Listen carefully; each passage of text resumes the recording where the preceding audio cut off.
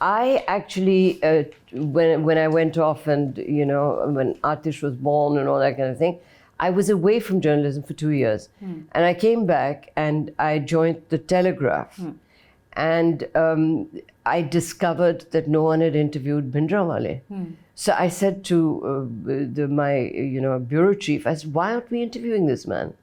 And he said, nobody wants to go into the Golden Temple. And I said, I can go. And, I used to wear this khanda, which is the symbol of the Sikhs. And because I'm Jat Sikh, I wasn't scared of him, And also I knew how he'd been created because I was familiar with the people who created him. So, I went to see him and I was doing the interview and very prominently with the khanda, outside. And he sort of answered most of the questions, quite freely, until I said, I hear that you've taken a lot of money from the Congress party to do what you're doing. And then, he suddenly all the guns, around him were, bristling and he, he said, he ended the interview. And when we went out, he started asking, who is this woman? And how dare she do this, etc. But that was not the real dangerous thing.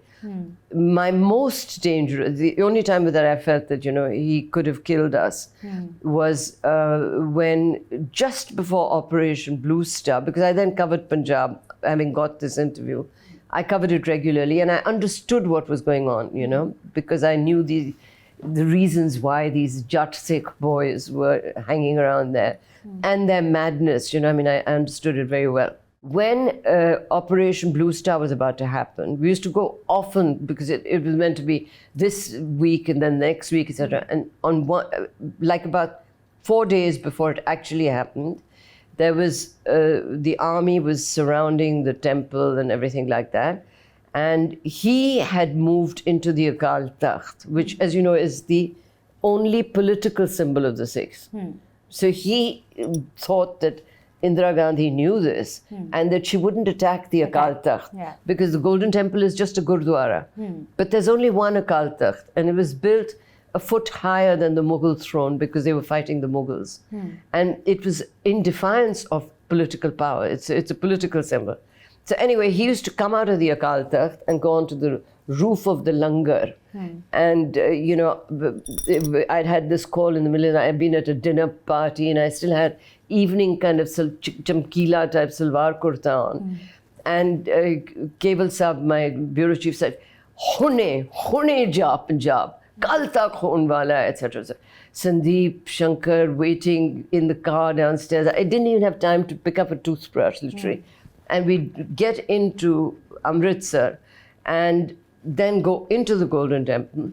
And he's on the, the terrace, and there's no women there except me for a start. And in, evening, Mukesh, dupatta and all that. So he spotted me right at the end. And he said, Bibi, it's here.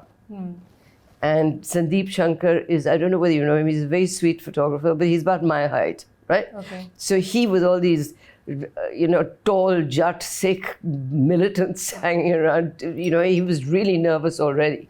Okay. So when he called me up, and in front of this congregation, everyone was armed with, automatic weapons. And he said to me in Punjabi, he said, you're the one, who said that you were ashamed of being a Sikh.